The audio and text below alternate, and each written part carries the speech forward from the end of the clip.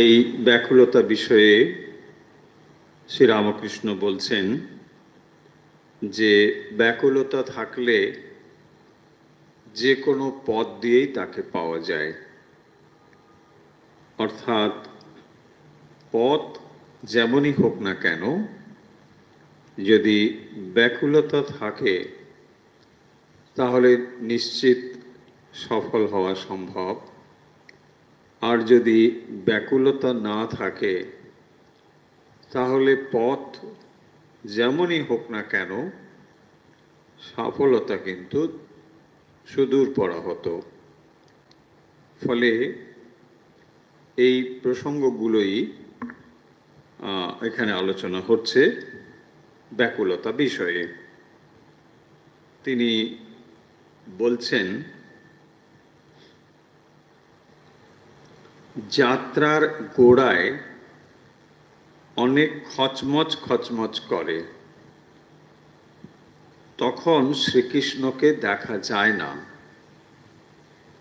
তারপর নারদ ঋষি যখন ব্যাকুল হয়ে বৃন্দাবনে এসে বীণা বাজাতে বাজাতে ডাকে আর বলে, প্রাণ হে গোবিন্দ মম জীবন, তখন কৃষ্ণ আর থাকতে পারেন না। রাখালদের সঙ্গে সামনে আসেন আর বলেন, ধবলি রও, ধবলি রও। যাত্রার গোড়ায় অনেক খচমচ করে,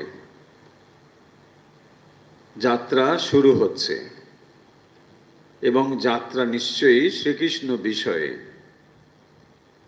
কিন্তু যাত্রা শুরু হওয়ার আগে, মানে এখনো শুরু যখন হয়নি তার আগে নানা রকম কথাবার্তাও হচ্ছে, প্রস্তুতি চলছে। ফলে সেই জিনিসটিকে শ্রীরামকৃষ্ণ বলছেন খচমচ। এবং যখন এই গোড়ার দিকে এই জিনিসটি হচ্ছে তখন শ্রীকৃষ্ণকে দেখা যায় না। এখন প্রস্তুতি পর্ব চলছে, শ্রীকৃষ্ণকে কখন দেখা যাবে না, যাত্রা যখন একটু শুরু হবে, একেবারে প্রথমেই তো আর হবে না। সেই জন্য বলছেন গোড়ায় অনেক রকম খচমচ থাকে।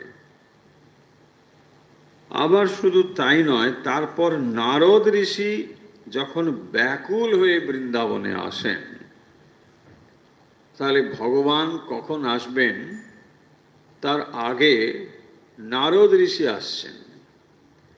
তিনি এসে ব্যাকুল হয়ে বীণা বাজাতে বাজাতে প্রবেশ করছেন, বলছেন, প্রাণ হে গোবিন্দ মম জীবন। তো যখন এইরকম হচ্ছে তারপরেই আমরা দেখতে পাবো যে কৃষ্ণ আর থাকতে পাচ্ছেন না, তিনি এসে হাজির হয়েছেন। তার মানে প্রথমের দিকে অনেক খচমচ থাকতে পারে, ভক্ত তখনও পূর্ণ ব্যাকুল হয়ে ওঠেনি। যখন পূর্ণ ব্যাকুল হয়ে উঠল তারপরে ভগবান এসে হাজির হচ্ছেন। তাই প্রসঙ্গ চলছিল ব্যাকুলতা, এখানেও সেই প্রসঙ্গেই বলছেন যে যখন নারদ এসে বীণা বাজাচ্ছেন, ভগবানকে আহ্বান করছেন, ভগবান এসে উপস্থিত হচ্ছেন, রাখালদের সঙ্গে সামনে আসেন আর বলেন, ধবলি রও, ধবলি রও। ধবলি হচ্ছে গাই। তখন ভগবান এসে হাজির হচ্ছেন।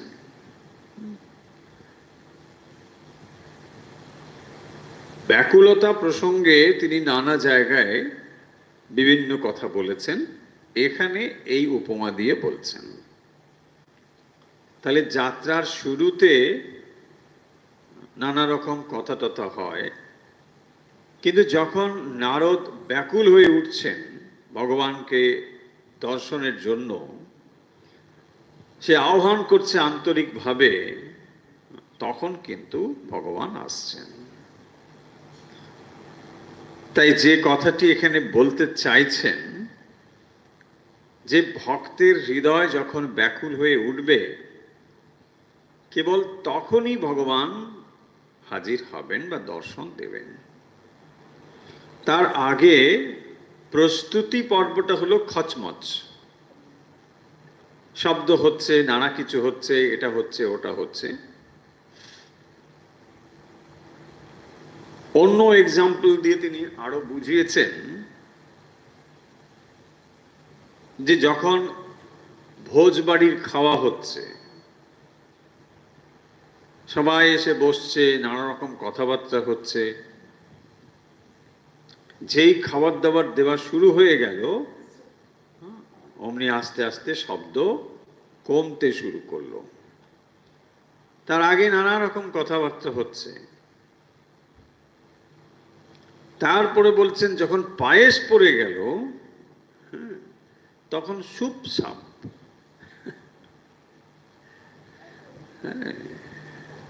কারণ খাওয়ার এক এক রকম বিষয়ের এক এক রকম ব্যাপার আছে। চর্ব, চস্য, লেহ, পেয়, এসব নানা রকম আছে। সেই অনুযায়ী শব্দ তৈরি হবে, তাই না? যখন একটা বিরাট ধরুন শক্ত জিনিস, তার সঙ্গে যুদ্ধ করতে হবে, তো তখন আপনাকে নানা রকম ভাবে শব্দ টব্দ করে এটা করতে হবে, তাই না? এই জন্য কত রকম কথা জানা যায় না। একজন বলছেন হাড় ভাঙা পরিশ্রম। তা আমি বললাম, বাবা তাহলে তো হাড় ভাঙা পরিশ্রম একটা বাংলা শব্দ আছে বটে। বলছে ব্যাপারটা ওটা নয়, ভোজবাড়িতে যখন হাড্ডি চেবাচ্ছে, সেই যে পরিশ্রম, সেইটা হচ্ছে হাড় ভাঙা পরিশ্রম। তার কথাটা ঠিকই আছে, হাড় খাওয়া সেটা সোজা নয়, তাই না? এই যে নানা রকম শব্দ, পায়েসে যখন চলে এলো সুপসাপ, তাই না? তার মানে দেখুন এই কথার ভেতর দিয়ে কত সুন্দর ব্যাপার রয়েছে, যে যখন ভক্তের মন অন্তর্মুখী হচ্ছে না, তখন নানা রকম অভিব্যক্তি রয়েছে, শব্দগুলো তারই যেন ব্যঞ্জনা। যখন ধীরে ধীরে অন্তর্মুখী হচ্ছে ভক্ত, তখন বাইরের দিকটা কমে যাচ্ছে। কি সুন্দর, এটা বেশ মজা করে খাচ্ছে। তখন কি আর ওই প্রথমের দিকে যেরকম গল্প ছিল সেটা কি এখন আছে? এটা নেই, তাই না? প্রথমের দিকে ছিল এটা ওটা ওটা নানা রকম হচ্ছে।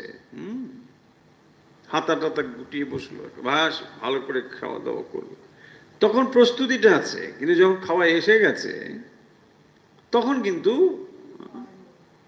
খাওয়ার দিকেই পূর্ণ মনটা, মানে আস্তে আস্তে অন্তর্মুখী হয়ে আসছে। যখন শেষের দিকে এলো, বলছেন সুপসাপ, দই টই পড়ছে, পায়েস মিষ্টি এসব এলো। তারপরে বলছেন আর কোনো শব্দ নেই, নিদ্রা, তাই না? অবশ্য নিদ্রা একটা শব্দ আছে, সেটা অন্যরকম।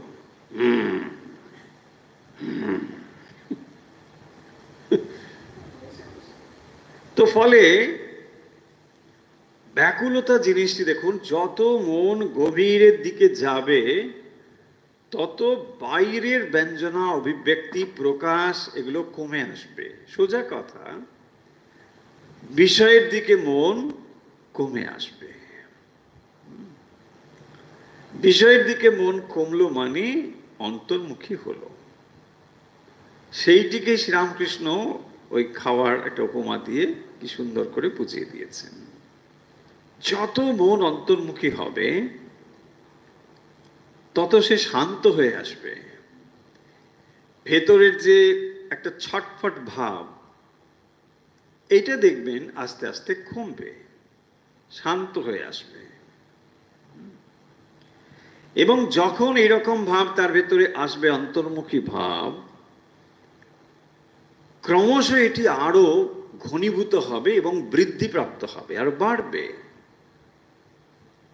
মনের আসলে গতি হলো যে যখন সেটি বহির্মুখী হবে তখন যেন ক্রমশ বহির্মুখী হচ্ছে, আরো বাইরের দিকে যাচ্ছে, আরো ছড়িয়ে পড়ছে।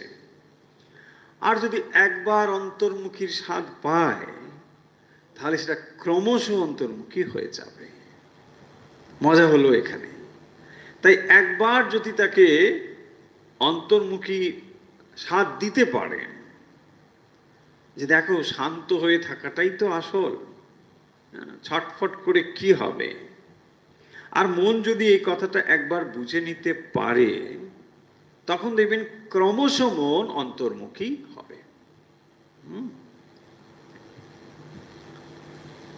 যাত্রার গোড়ায় খচমচ থাকে, কিন্তু যখন নারদ এসে ভগবানের জন্য ব্যাকুল হচ্ছেন, প্রাণ হে গোবিন্দ মম জীবন দেখা দাও, তখন ওখানে শ্রীকৃষ্ণ ভাবছেন যে এখন আমাকে যেতে হবে। তখন তিনি দর্শন দিচ্ছেন, উপমা দিয়ে এখানে ব্যাকুলতা বোঝাচ্ছেন।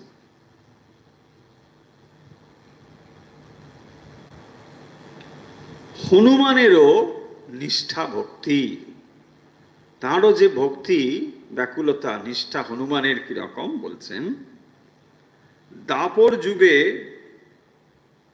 দ্বারকায় যখন আসেন,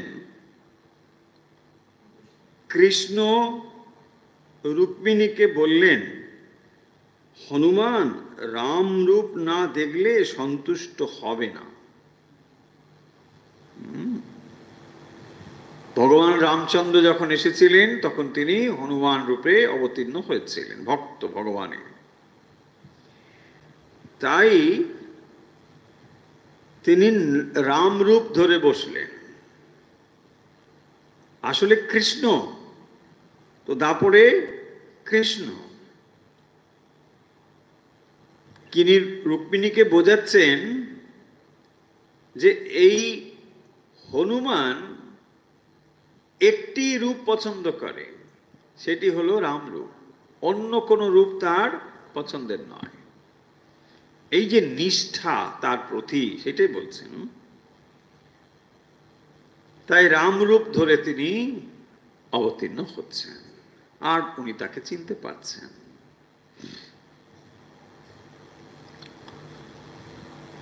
এই প্রসঙ্গে আরো বলছেন যে যোগ কিসে হয়।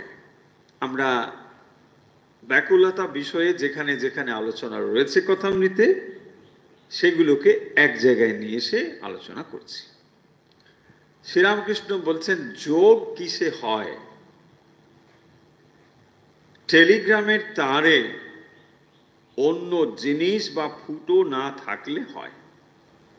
এক্সাম্পল দেখুন, শ্রীরামকৃষ্ণ টেলিগ্রাম সম্বন্ধেও অবহিত ছিলেন। এখন টেলিগ্রামের কোনো ব্যাপার নেই, আগেকার সময় টেলিগ্রাম ছিল। মানে এটাই দূর যোগাযোগের একমাত্র মাধ্যম ছিল, দ্রুত যোগাযোগের।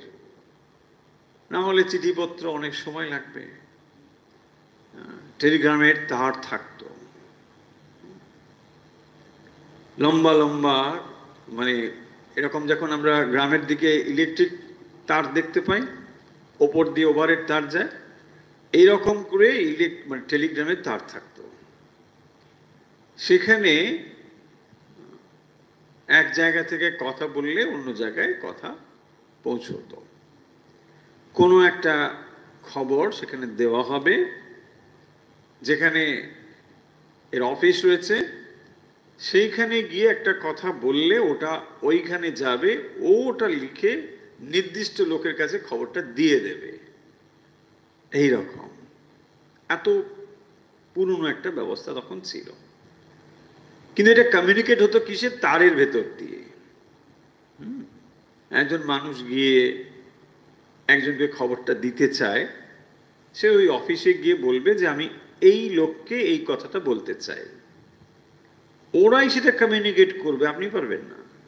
সেটা কমিউনিকেট করে ওখানে যে আছে এই খবরটা লিখে ওখানে সে জানিয়ে দেবে যে হ্যাঁ এই খবর এই এই এই। ছোট্ট করে লিখতে হবে, বেশি লিখলে দাম বেশি, খরচ বেশি পড়বে। যত অল্প শব্দে লেখা যায়, ফাদার ইল কাম শুন, ব্যাস এরকম অল্প পয়সা হয়ে যাবে। কিন্তু এর মূল যে কথাটা এখানে বলা হচ্ছে সেটা হলো, এই তারের মধ্যে যদি কোনো ফুটো থাকে বা অন্য কোনো জিনিস যদি ওখানে কানেক্ট হয়ে যায়, তাহলে কিন্তু কথাটা যাবে না। দেখুন কত রকম সমস্যা ছিল। এখন আমরা মুহূর্তে পৃথিবীর এক প্রান্ত থেকে অন্য প্রান্তে খবর পেয়ে যাই, সেটা এরকম ছিল না। সেইটি তিনি বলছেন যে টেলিগ্রাফের তারে অন্য জিনিস বা ফুটো না থাকলে হয় কি হয়? যোগ কিসে হয়? তাহলে একটি প্রান্ত থেকে আরেকটি প্রান্তের যে যোগ, এই যোগটিকে শ্রীরামকৃষ্ণ তুলনা করছেন এক প্রান্তে ভক্ত আর এক প্রান্তে ভগবান। হ্যাঁ, ভক্ত ভগবানকে টেলিগ্রাফ করছে। তো সেই টেলিগ্রাফে হ্যালো হ্যালো শ্রীরামকৃষ্ণ, হরেন হরেন দেখ কি বলে, হীরা আমার টেলিগ্রাফ নম্বর পেল কি করে? না ঠাকুর, ওরা সব জোগাড় করেছে। হ্যাঁ, বলছেন এইভাবে যোগ হবে যদি কোনো অন্য জিনিস বা ফুটো, এই দুটো কথাই হচ্ছে গুরুত্বপূর্ণ। তাহলে কমিউনিকেটটা হতে পারবে, যোগাযোগটা হয়ে যাবে, কিন্তু যদি ছিদ্র থাকে তাহলে হবে না। তাহলে হবে না, তাহলে হয়ে যাবে। যদি ছিদ্র না থাকে হয়ে যাবে। ছিদ্রটা তাহলে কিসের এখানে? বলছেন বিষয়াসক্তি। ছিদ্রটা হচ্ছে বিষয়াসক্তি।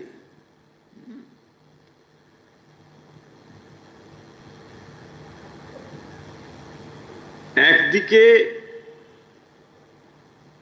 টেলিগ্রাফের এক প্রান্ত আর অন্য প্রান্ত, এই দুটো প্রান্তের মধ্যে যোগাযোগ হয়ে যাবে, তারের মধ্য দিয়ে যোগাযোগটা যাচ্ছে। কিন্তু সেই তারের মধ্যে যদি সংযোগ বিচ্ছিন্ন থাকে, অন্য কোনো জিনিস, ওই ধরুন একটা গাছের ডাল এসে পড়ে গেল, ব্যাস তাহলে আর শুনতে পাবেন না, বাধা হয়ে গেল, শব্দ তরঙ্গটা ঠিক মতো যাবে না।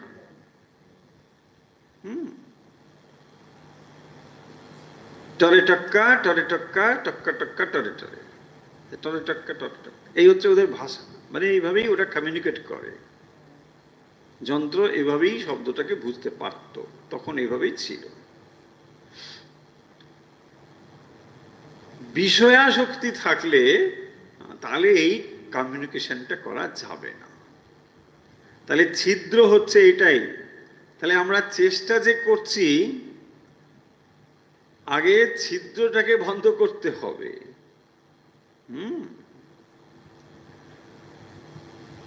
জল এক জায়গা থেকে আর এক জায়গায় নিয়ে যেতে চাইছি, কিন্তু বেরিয়ে যাচ্ছে, তাই না? শ্রীরামকৃষ্ণ কি বলছেন? বলছে চাষি যখন জমিতে জল নিয়ে যায়, ওখানে ছিদ্র, তাকে বলে ঘোগ, বলছে ওটা বন্ধ করে দেয়। হ্যাঁ, যদি আলগুলোর মাঝখানে ফুটো থাকে তাহলে জল বেরিয়ে যাবে। কিন্তু ও সারা রাত হয়তো জল মানে খেতে নিয়ে আসবার চেষ্টা করেছে, পরিশ্রম প্রচুর করেছে, কিন্তু ভোরবেলা দেখলো একটুও জল নেই।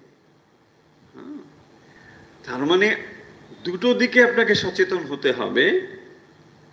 একদিকে সাধন ভজন, অন্যদিকে মনের অপব্যয় যেন না হয়, তাই না? মনের যদি অপচয় হয়ে যায় তাহলে শক্তিটা বেরিয়ে যাবে। শক্তি বেরিয়ে গেলে এটা আপনি আর ভগবানের দিকে দিতে পারবেন না, কারণ শক্তি তো আপনার কাছে অফুরন্ত নয়। যে শক্তি আপনি ভগবানের দিকে দেবেন তা যদি আগেই বিষয়ের দিকে ছড়িয়ে দেন তাহলে আর ভগবানে অবশিষ্ট থাকবে কি? সোজা উপমা, আপনি এখন মোবাইল ফোনে অনেক রকম অ্যাপ ব্যবহার করেন, পাওয়ার সাপ্লাই এক জায়গা থেকে যায়, যতই অ্যাপ ব্যবহার করুন তার ব্যাটারি সিস্টেম আছে, এটাই পাওয়ার সাপ্লাই। তো পাওয়ার সাপ্লাই যদি আপনি অন্য একটা কোনো অ্যাপ ব্যবহার করে সব অ্যাডজাস্ট করে দেন, শেষ হয়ে যায়, তাহলে আপনার কাঙ্ক্ষিত অ্যাপটা খুলবেন কি করে? বলছে এখানে দেখাচ্ছে পাওয়ার লো, ব্যাটারি লো। হ্যাঁ, শুয়ে পড়ো। কেন ব্যাটারি লো? তাই না? মন অন্য জায়গায় যখন অধিক পরিমাণে দিয়ে ফেলেছি তখন ব্যাটারি এক্সস্টেড, হয় না? ভাল লাগে না, মুড নেই, তাই না? এই ওয়াই ভাল লাগে না, মুড নেই কেন? ব্যাটারি লো, ব্যাটারি।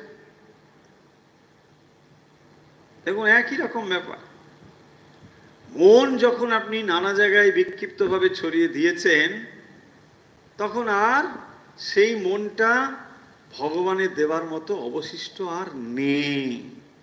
তখন আর ভালো লাগছে না, কোনো রকম করে নম নম করে বাস ঠাকুর তুমি একটু ক্ষমা ঘেন্না করে নাও, বাস। রোজই একই রকম ডিউ স্লিপ যাচ্ছে।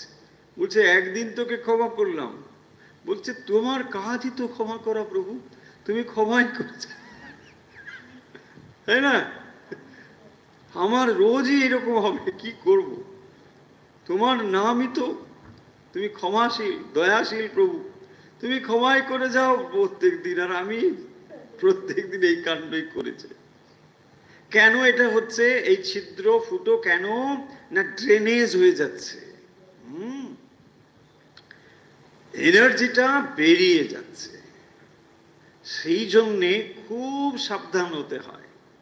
ভাববেন না জপ ধ্যান করা খুব একটা সহজ কাজ।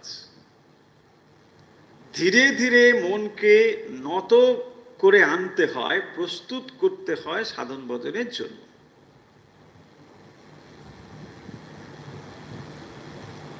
2 ঘন্টা কায়িক পরিশ্রম করা সহজ 2 ঘন্টা জপ ধ্যানের তুলনায়।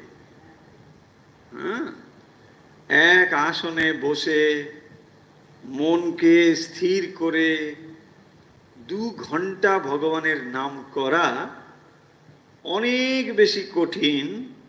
তার থেকে যদি বলা হয় যে 2 ঘন্টা তুমি কায়িক কোনো পরিশ্রম করো, এটা সহজ। হ্যাঁ হ্যাঁ, ওইটাই ওইটাই ওইটাই ঠিক আছে, ওইটাই বলো, ওইটাই আছে, তাই না? ফলে এই প্রিপারেশন না থাকলে হবে না। তাহলে দেখুন, দুটো দিকে আমাদের মন দিতে হবে, সাধন ভজন এবং এই যে অপচয়, এদিকেও মন দিতে হবে। তা নাহলে সাধন ভজনের উন্নতি বুঝতে পারবো না।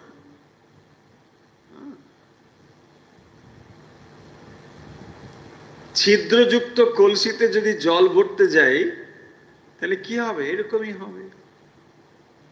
জল ভরছি কিন্তু সব জল পথেই শেষ, তাই না? সেই জন্য এখানে এই কথা বলছেন, কোনো কামনা বাসনা রাখতে নেই। কামনা বাসনা থাকলে সকাম ভক্তি বলে, নিষ্কাম ভক্তিকে বলে অহেতুকী ভক্তি। তুমি ভালোবাসো আর নাই বাসো, তবু তোমাকে ভালোবাসি, এর নাম অহেতুকী। তুমি ভালোবাসো আর নাই বাসো, তার মানে যাকে ভালোবাসছি তার মনোভাব আমি বুঝতে পারছি না, তিনি আদৌ ভালোবাসেন কিনা এটা আমার অজ্ঞাত। দেখুন, তিনি যদি ভালোবাসেন আর আমিও যদি বাসি, এটা বাহাদুরি কিছু নেই, এটা স্বাভাবিক। একজন আপনাকে ভালোবাসলে আপনি তাকে প্রতি ভালোবাসা দেখাবেন, এটা খুব স্বাভাবিক। মানুষ তো দূরের কথা, পশু পাখিও তাই হয়। আমি একটা পশু পাখিকেও যদি আদর যত্ন করেন, সে নিশ্চয়ই দেখবেন আপনার প্রতি একটা শ্রদ্ধা ভালোবাসা যাই তৈরি হবে। কিন্তু উল্টো এখানে আপনি ভালোবাসেন, ওখান থেকে কোনো রেসপন্স পাচ্ছেন না, সেটিকেই বলছেন অহেতুকি ভালোবাসা। হেতু মানে কারণ, অহেতুকি মানে কোনো কারণ নেই, কোনো রেসপন্স নেই। রেসপন্স আসবে, কিন্তু সেই অবস্থা পর্যন্ত ধৈর্য ধরে এগোতে হবে। তার মানে ভালোবাসাটা এত দৃঢ় হবে যে তুমি কোনো রেসপন্স করো বা না করো, তুমি আমাকে মেরে ফেলো অথবা সিংহাসনে বসাও, যা খুশি করো, তোমার প্রতি আমার ভালোবাসার কোনো পরিবর্তন হবে না। এটা কি সোজা জিনিস? মোটেই সোজা নয়, অত্যন্ত কঠিন। কিন্তু এর ভেতর দিয়েই ভক্তকে অগ্রসর হতে হবে। সত্যি সত্যি যদি সে ভালোবাসা পেতে চায় ভগবানের, এভাবেই তাকে যেতে হবে। সেই জন্যে ভগবানের সঙ্গে একটি সম্পর্ক তৈরি করতে হবে। সেটি হতে পারে প্রভু, হতে পারে পিতা, হতে পারে মাতা, হতে পারে এই রকম কোনো ফর্মাল রিলেশনও নয়।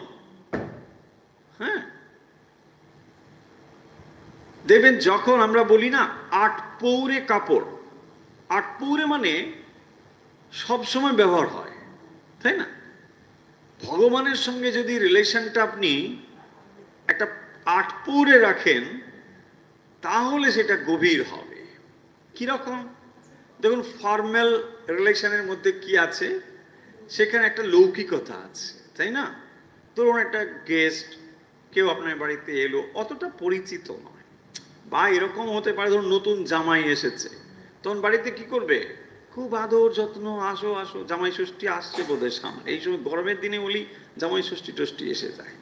তো যাই হোক, যারা জামাই টামাই করে তারা আবার মনে কষ্ট যেন না পান, আমি উপমা হিসেবে বলছি। তো জামাই এলো, খুব আদর যত্ন, খুব খাতির, এসব হচ্ছে টচ্ছে। কিন্তু জামাই যখন পুরনো হয়ে গেল, তখন কি বলবে? হ্যাঁ যাও বাবা, ওইখান থেকে একটু দোকান থেকে এটা কিনে নিয়ে আসো, তাই না? জামাই চলে গেল, ওখান থেকে কিছু একটা কিনে নিয়ে এলো। কেন? দেখুন কোন জায়গাটায় পয়েন্টটা হচ্ছে, আট পরে মানে যখন ও খানিকটা পুরনো হয়ে গেল, তখন দেখুন আর ফর্মালিটিস নেই। হ্যাঁ এখানে বসে থাকো, নতুন জামাই কেন যাবে, কি এসব ব্যাপার থাকে? বলছে না না, ও চলছে, এমনি হয়তো দেখে একটা কিছু সামান্য পরে টরে মানে চলে গেল, পুরনো হয়ে গেছে কি না? তাহলে ভগবানের সঙ্গে যে রিলেশন, সেটিও যেন আট পৌরে হয়। মানে একটা পোশাক যেটা যেটা খুব একটা অকেশনালি পরবো তা নয়, আমি প্রতিদিন পরছি। ভগবানের সঙ্গে রিলেশনটা হবে এইরকম, আট পৌরে, কোনো ফর্মালিটিস নেই। দরকার হলে বকে দিন, স্রেফ বকে দিন, তুমি এটা কি করলে, হ্যাঁ এটা তো তোমার ঠিক না, বকে দিন। কারণ ভগবান আপনার বকা সহ্য করতে পারে, অন্য কেউ পারবে না, অন্য কেউ পারবে না। যা আপনার মনের ভাব, আপনি ঘরের ঠাকুর ঘরে দরজা বন্ধ করে ভগবানকে যত খুশি বলে দিন। এই হলো আট পৌরের রিলেশন। তাই ভগবানের সঙ্গে একটা সম্পর্ক তৈরি করতে হবে নিবিড়ভাবে, যা আপনি সব তাকে বলতে পারেন, সব শেয়ার করতে পারেন, এইভাবেই চলবে। প্রতি মুহূর্ত তার সঙ্গে আপনি কানেক্ট থাকবেন। বাড়ি থেকে যখন বেরোচ্ছেন তাকে বলে যাবেন, যখন ফিরছেন আবার ফিরবেন, তিনি সর্বদাই দেখবেন এইভাবে যদি আপনি অভ্যাস করেন, তখনই দেখবেন সর্বদাই তার সান্নিধ্য আপনি লাভ করতে পারবেন, সর্বদাই। আপনাদের অনেকবার অনেক প্রসঙ্গে ব্রাদার লরেন্সের গল্প বলেছি আপনাদের। একজন ধর্মযাজক ছিলেন, কিন্তু তিনি আসলে একটা মনেস্ট্রিতে রান্না বান্না এইসব কাজ করতেন প্রথমের দিকে, কিন্তু ওই কাজের দ্বারাই তিনি ঈশ্বর সান্নিধ্য লাভ করেছিলেন, ব্রাদার লরেন্স। আপনি সার্চ করলে পেয়ে যাবেন, ইউটিউব সব, গুগল টুগুলে সব জায়গায় রয়েছে। তার জীবনটা হচ্ছে এরকম যে তিনি সর্বদাই কি করতেন, যা করতেন, কখন কিচেনে রান্না করছেন, ডিশ ওয়াশ করছেন, যা কিছু, সব সময় ভগবানের সান্নিধ্য। এবং এটা প্রথমের দিকে ইমাজিনেশনই ছিল, কল্পনাই ছিল। ধীরে ধীরে তিনি এটাই উপলব্ধি করলেন যে সত্যি ভগবান তার সঙ্গে রয়েছে। সো এটা হলো একটা প্র্যাকটিস। প্রত্যেকটা মোমেন্ট আপনি ভগবানের জন্য শেয়ার করছেন। আপনি কি করেন, যখন মার্কেটিং এ যাচ্ছেন বা কোথাও যাচ্ছেন, বাড়িতে যে আছে তার জন্য একটা কিছু কিনে নিয়ে যাচ্ছেন, সেটা চকলেটই হোক বা যা কিছু হোক, একই রকম কাজ ভগবানের জন্য করুন। তাহলে কি হবে, প্রতি মুহূর্তেই আপনি তার স্মরণ করতে পারবেন। আপনাকে বেশি দাম দিয়ে খুব দামি গিফট কিনতে হবে তা নয়, একটা লজেন্সই কিনে নিয়ে এসে, তোমার কথা কিন্তু আমার মনে ছিল, আমি একটা লজেন্স কিনে এনেছি, খাও, এটাই খাও, তাই না? এটাই খাও, আমি না দেখলে তোমাকে কে দেখবে? দেখুন, ভক্ত ভগবানকে তার অধীন করে ফেলে। তাকে যদি তিনি পিতাও ভাবেন, মাতাও ভাবেন, তিনি তো সেবক। ভক্ত যেন তার সেবক, তিনি মাতা অথবা পিতা যাই হোক না কেন, বা প্রভু যাই হোক না কেন, আমি না দেখলে তাকে কে দেখবে? আপনাকে দেখতে হবে। সেই জন্য ভক্ত ভগবানকে তার অধীন করে ফেলে, ভালোবাসার দ্বারাই অধীন করে ফেলে।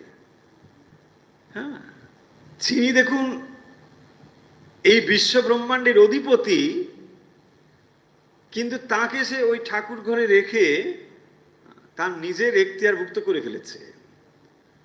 সত্যি এটা করতে হবে, এটা ভুল কিছু নেই। আর এই যদি মনে করেন যে তত্ত্ব আপনাকে কোথায় নিয়ে যায়, কোথাও নিয়ে যায় না, বরং যদি এর ভেতরে ভুল থাকে, বলবো এই ভুলটা আপনি রাখুন, এটা ঠিক। দেখুন, সেই পরমেশ্বর যখন বলা হয় তিনি সর্বব্যাপী পরমেশ্বর, চৈতন্য স্বরূপ, গালগোলা শব্দ কিচ্ছু আপনার মনে দাগ কাটে না। সেই পরমেশ্বরকে যখন আপনি ঠাকুর ঘরে বসিয়ে তাকে স্নান করাচ্ছেন, মুছিয়ে দিচ্ছেন, এ করছেন, তখন কি তিনি পরমেশ্বর? একদম নয়। এই বোধ আপনার কোথায়? যদি পরমেশ্বর হয় তাহলে কি মোচাচ্ছেন? পরমেশ্বরকে আপনি মোচাবেন? আপনার মোচানোর অপেক্ষা রাখে পরমেশ্বর? ভাবুন, তা নয়। ভক্ত অধীন ভগবান, তাকে আপনি এইভাবেই করছেন যে প্রভু আমি তোমার সেবা করব, তাই না? তুমি মহান, তুমি বিশাল, আমি ধরতে পারি না, বুঝতে পারি না, কিন্তু আমি যতটুকু পারি তোমাকে আমি সেবা করব, আমার মতো করে সেবা করব। তুমি ঐশ্বর্যমান, কি তোমার ঐশ্বর্য, এসব আমার কিচ্ছু জানার নেই, আমি জানতেও চাই না, আমি তোমার সেবা করব। তো এই ভাব তার ভেতরে থাকতে হবে, তবেই সম্পর্ক বা ভালোবাসাটি গভীর হবে। কথাটা এই, তাকে ভালোবাসা, খুব ভালোবাসা হলে দর্শন হয়। দেখবেন এই কথা বারে বারে শ্রীরামকৃষ্ণ বিভিন্ন জায়গায় কথামিত্রে বলছেন। কথাটা এই, তাকে ভালোবাসা। এখন দেখুন, এক একজনের মনের গঠন অনুযায়ী ভালোবাসা এক এক রকম ভাবে হতে পারে, কিন্তু সেই জন্য বলছেন কথাটা এই, মানে মূল বিষয়টা হলো এই, তুমি যেমন করে বুঝতে পারো, তুমি তোমার মতো করে কতগুলো জিনিস যদি ভেবে নাও, কোনো ক্ষতি নেই। তোমার যাতে সহজে মন ওদিকে যায় তুমি সেভাবেই ভাবো, কিন্তু ভালোবাসা নিয়ে আসতে হবে। খুব ভালোবাসা হলে দর্শন হয়। দেখুন, শ্রীরামকৃষ্ণ তো মিথ্যে কথা বলবেন না, আর তার জীবনের উপলব্ধি থেকেই তো কথা বলছেন। খুব ভালোবাসা হলে দর্শন হয়। সতীর পতির উপর টান, মায়ের সন্তানের উপর টান, বিষয়ের উপর টান। আগে এগুলো ব্যাখ্যা করা হয়েছে। তিন টান একত্র হয় তবে ঈশ্বর দর্শন হয়। তাহলে ভালোবাসা একটা ঘনীভূত রূপ হওয়া চাই। যে ভালোবাসাগুলো জাগতিকভাবে আমরা বুঝি সেগুলোকেই মায়ের টান, বিষয়ের বিষয়, সতীর পতির উপর, এইগুলো দিয়ে বোঝানো হয়েছে। তার মানে ভালোবাসার একটা পরিপক্ক, পরিপূর্ণ একটা অবস্থা চাই, সেইটি না হলে হবে না। তাই বলছেন এইভাবে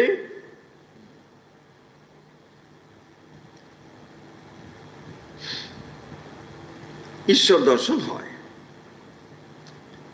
অন্যত্র বলছেন, নারদ রামকে বললেন, রাম, তুমি অযোধ্যায় বসে রইলে রাবণ বধ কেমন করে হবে?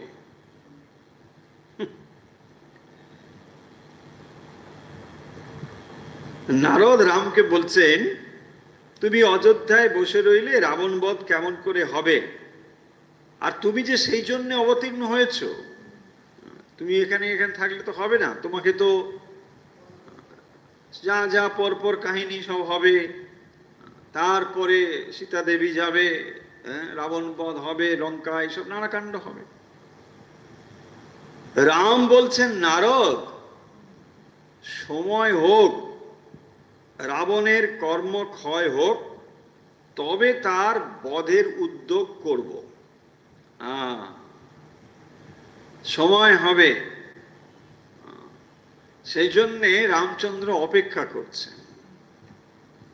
যখন ঠিক অবস্থা হবে তখন আস্তে আস্তে তিনিও কিন্তু যাত্রা করবেন।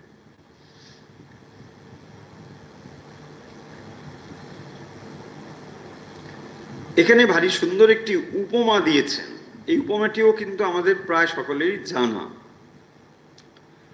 বলছেন, বালক যেমন মাকে না দেখলে দিশে হারা হয়। ছোট ছেলে যদি দেখবেন কোথাও হারিয়ে যায়, মেলা টেলা বা বড় কিছুতে যদি হারিয়ে যায়, তখন দেখবেন তার কি অবস্থাটা হয়। তাকে যদি আপনি দামি খাবার দেন, মানে ভালো কিছু গিফট দেন, কিচ্ছু সে শুনবে না, কেবল মা মা চিৎকার করবে। করে কি না? শ্রীরামকৃষ্ণ এই এক্সাম্পলটা এখানে নিয়ে এসছেন ব্যাকুলতা বোঝানোর জন্য। বলছেন, বালক যেমন মাকে না দেখলে দিশে হারা হয়। দিশে হারা, কোনো দিকেই তার আর মন নেই।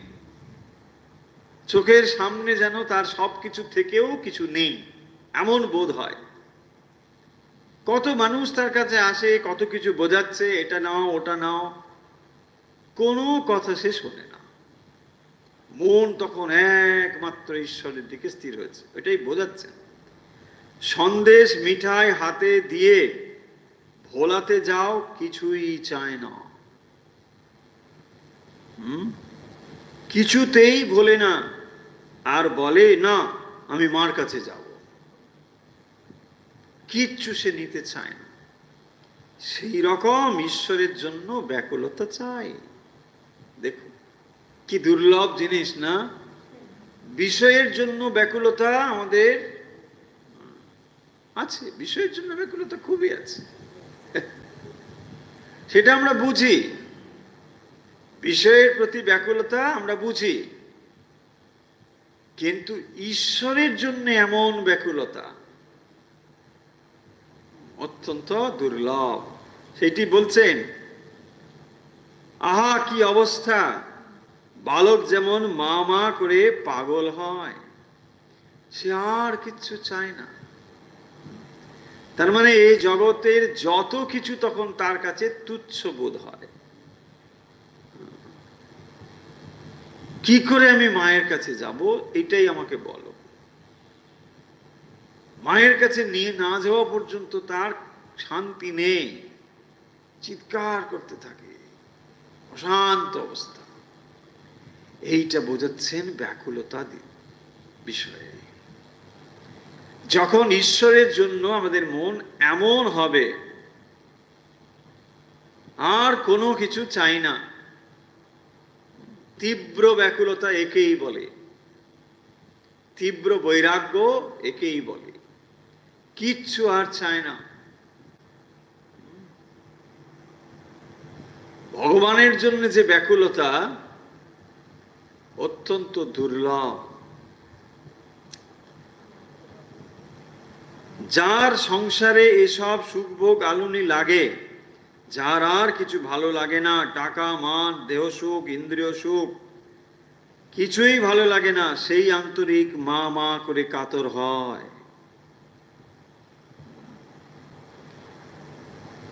কোনো কিছু তখন আর তার ভালো লাগছে না, একমাত্র ঈশ্বরের জন্য তার মন পূর্ণভাবে ব্যাকুল হয়।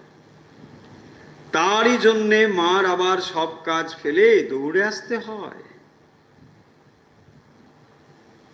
যখন সে একমাত্র মায়ের জন্য চিৎকার করতে থাকে, মাও তখন তাকে দর্শন দেওয়ার জন্যে ব্যাকুল হয়, ছুটে আসে।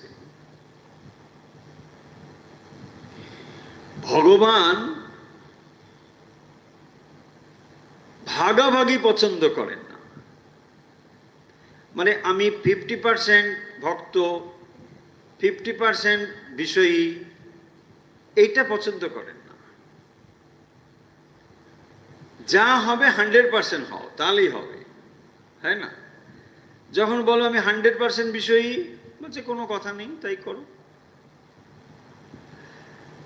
আপনি যখন বিষয় পরিপূর্ণভাবে মন থেকে ত্যাগ করবেন, 100% ব্যাকুলতা হবে, ভগবান তখনই কেবল আসবেন, তার আগে আসবেন না।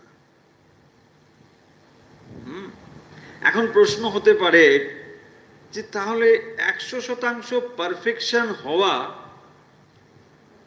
একটা ধরুন আমি নির্দিষ্ট পয়েন্ট ভাবলাম যে এই সময়ে গিয়ে 100% পিওর হয়ে গেল, তাহলে আগে অবধি কি হবে? 100% ব্যাকুল হওয়া, তার পূর্ব অবস্থাগুলো তাহলে কিরকম হবে? তাতে কি আমাদের কোনো বোধ হবে না? আমরা কি কিছুই বুঝতে পারবো না? বোঝা যাবে। বলছেন শ্রীরামকৃষ্ণের উপমা, যত সমুদ্রের দিকে এগোবে সমুদ্রের শব্দ শুনতে পাবে, আবার বাতাসের একটা ঠান্ডা ভাবও পাবে। আপনি সমুদ্রের দিকে এগোচ্ছেন, তাহলে সমুদ্রের বাষ্প জল সেগুলো বাতাসের সঙ্গে মিশে ঠান্ডা করে আপনার দেহকে স্পর্শ করছে, একটা শীতলতা অনুভব করবে। তাহলে সমুদ্রের দিকে অগ্রসর হলে, এখানে ঈশ্বরের দিকে যখন অগ্রসর হচ্ছেন, এখন অনেকটা দূরে, সমুদ্র থেকে আপনি দূরে, কিন্তু তবুও যে কিছুই অনুভব হবে না তা কিন্তু নয়। তাহলে কি অনুভব হবে? শীতলতা অনুভব হবে, বাতাস ঠান্ডা মনে হচ্ছে, মনে হচ্ছে আর বেশি দূরে নেই। সমুদ্রের হিল্লোল কল্লোল এগুলো শোনা যাচ্ছে, একটা ঢেউ শব্দ শুনছেন, এই একটা সমুদ্র বোধহয় আসছে। কখনো হয়তো কোনো এক মুহূর্তে আপনি একটা সামান্যতর একটা কিছু অনুভব করলেন, সেটি আপনাকে আরো বেশি ঈশ্বরমুখী করবে।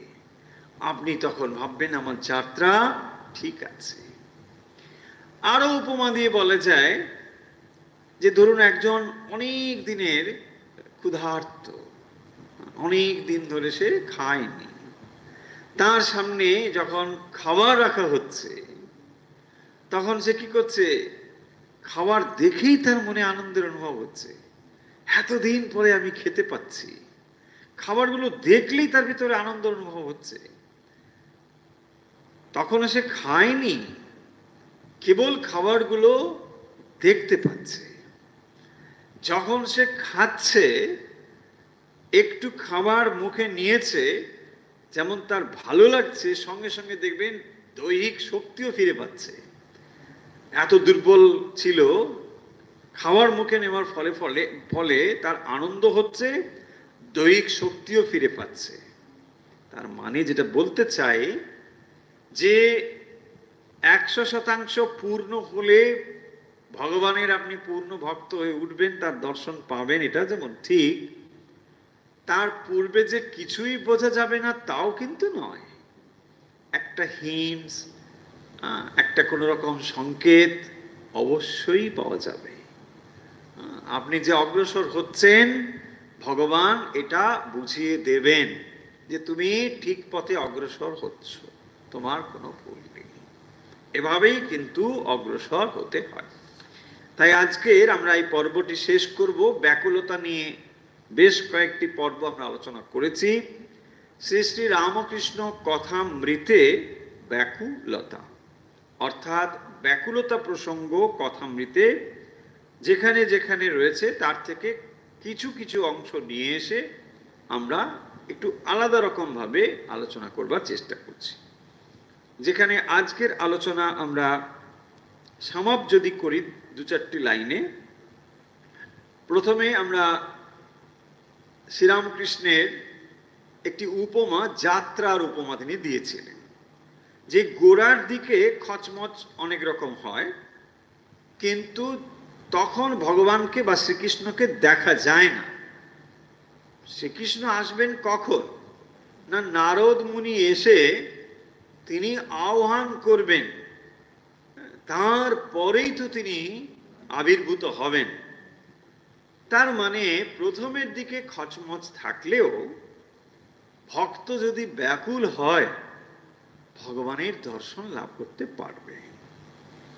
তারপরে তিনি উপমা দিয়ে বুঝিয়েছেন টেলিগ্রাফের তারের কথা, যে টেলিগ্রাফের তারের মধ্যে যদি কোথাও ছিদ্র থাকে বা অন্য কোনো জিনিস সেখানে যুক্ত হয়ে থাকে, তাহলে ভগবানের সঙ্গে যোগ হবে না। এখানে ফুটো হওয়া অন্য বিষয় মানে কি, বিষয়ের প্রতি আসক্তি। সেইটি কি করে না, ভক্তকে ভগবানের সঙ্গে যেন যুক্ত হতে দেয় না। তারপরে আমরা যে বিষয়গুলো আজকের আলোচনার মধ্যে নিয়ে এসেছি, সেই অবশেষে শ্রীরামকৃষ্ণ যে উপমাটি ব্যবহার করেছেন তা হলো, বালক যেমন মাকে হারিয়ে দিশেহারা হয়ে যায়, অত্যন্ত ব্যাকুল, তার চোখ দুটো দেখুন জলে ভরে আসে, তার কাছে যত দামি দামি জিনিসপত্র উপহার স্বরূপ আনলেও সে কোনো কিছুতে কিন্তু মনোনিবেশ করতে পারে না। একমাত্র ঈশ্বরের মানে মায়ের জন্য সে ব্যাকুল হয়। যেমন ভক্ত ঠিক সেরকম করে যখন ভগবানের জন্য ব্যাকুল হয়, তখনই ভগবান তাকে দর্শন না দিয়ে থাকতে পারেন না। তাহলে ব্যাকুলতা এভাবেই তিনি বোঝাচ্ছেন, যেমন সতীর প্রতি, সন্তানের প্রতি মায়ের, বিষয়ের। আবার এখানে বলছেন শিশু যেমন দিশেহারা হয়, বালক যেমন দিশেহারা হয় মাকে না দেখতে পেয়ে। এই সমস্ত বিষয় দিয়ে শ্রীরামকৃষ্ণ ব্যাকুলতাকে তুলে ধরেছেন। আর বারবার যে কথাটি বলছেন যে ব্যাকুলতা না হলে যে পথ দিয়েই তুমি যাও না কেন, তার ফল তুমি লাভ করতে পারবে না। ব্যাকুলতাই হলো ঈশ্বর লাভের মূল সোপান। ব্যাকুলতা চাই। শ্রীরামকৃষ্ণ বলছেন ধিমে তেতালায় হবে না, ত্রিতাল, ধিমে মানে ধীর লয়। আস্তে আস্তে করে বাজাচ্ছে, দি না দি, দি না দি, না দি, দি না। হবে না, দি না দি দিন না, দি না দি দিন না, দি না দি দিন না।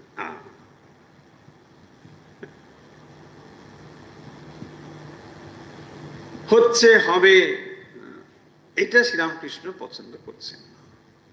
তার মানে তোমার এখনো ব্যাকুলতা নেই। আবার ব্যাকুলতাহীন ভাবে যদি যাত্রা হয়, শুধু যে গন্তব্যে পৌঁছতে পারবো না তা নয়, গন্তব্য থেকে দূরে সরে যেতেও পারি ব্যাকুলতাহীন ভাবে যদি যায়, তাই না?